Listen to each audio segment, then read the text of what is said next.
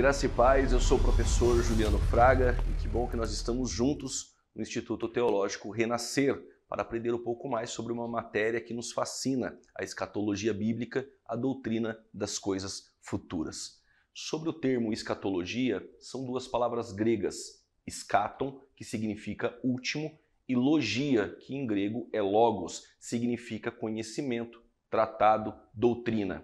Logo, escatologia bíblica significa a doutrina das últimas coisas.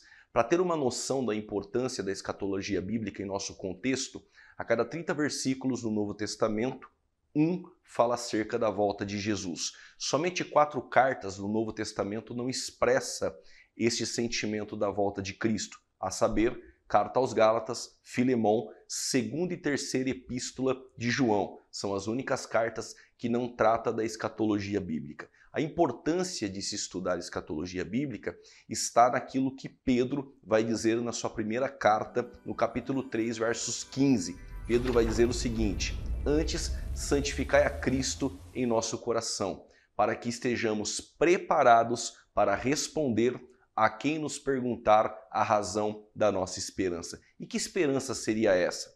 Paulo, escrevendo a Tito, no capítulo 2, versos 13, vai falar sobre a bendita esperança. Por que então eu devo mergulhar na escatologia bíblica? E aqui nós estamos dando condições para você, aluno, caminhar com a gente nos eventos cronológicos sobre a doutrina das coisas futuras e que você esteja preparado para responder a quem lhe perguntar a razão da nossa esperança. Em tempos difíceis, nós percebemos que surgem diversas perguntas no trabalho, escola, faculdade, até mesmo na igreja que você congrega, como por exemplo, para onde vai a alma dos justos? Para onde irão as almas dos ímpios após a morte?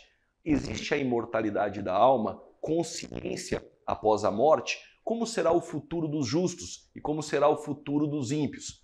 Tudo isso nós vamos aprender juntos aqui, nos aprofundando neste tema tão relevante dentro das matérias, das doutrinas e da teologia, claro, sistemática. Então Pedro está dizendo o seguinte, que nós devemos estar prontos para responder a quem nos perguntar a razão da nossa esperança. Como que eu vou me preparar?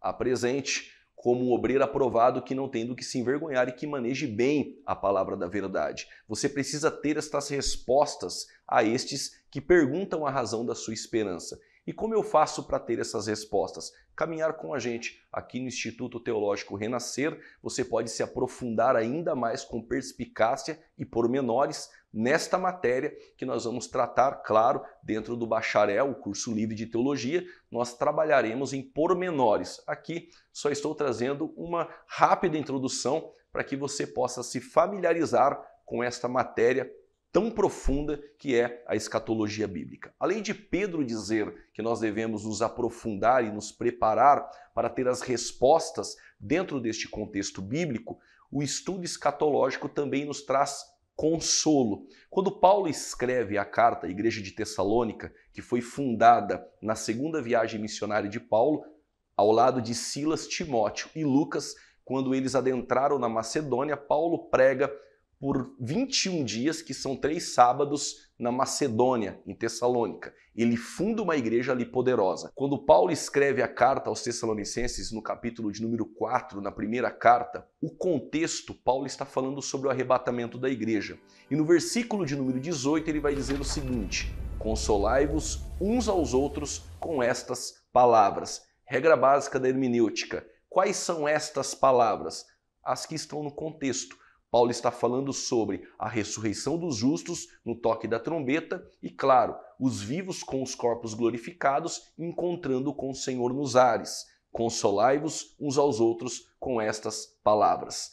Eu devo me preparar para ter respostas sobre as coisas futuras, mas o estudo escatológico, individualmente, introspectivamente, ele traz consolo para aquele que estuda. O consolo da igreja de Tessalônica era falar sobre a volta de Jesus. Que esse estudo escatológico traga consolo para você que me ouve e, claro, para este também que vos fala. Terceiro ponto, por que eu devo estudar escatologia bíblica? Porque nos traz coragem. Imagine, Paulo, na 2ª prisão em Roma, Ele vai perder a cabeça, segundo a tradição romana, pelo gladil romano a mando de Nero.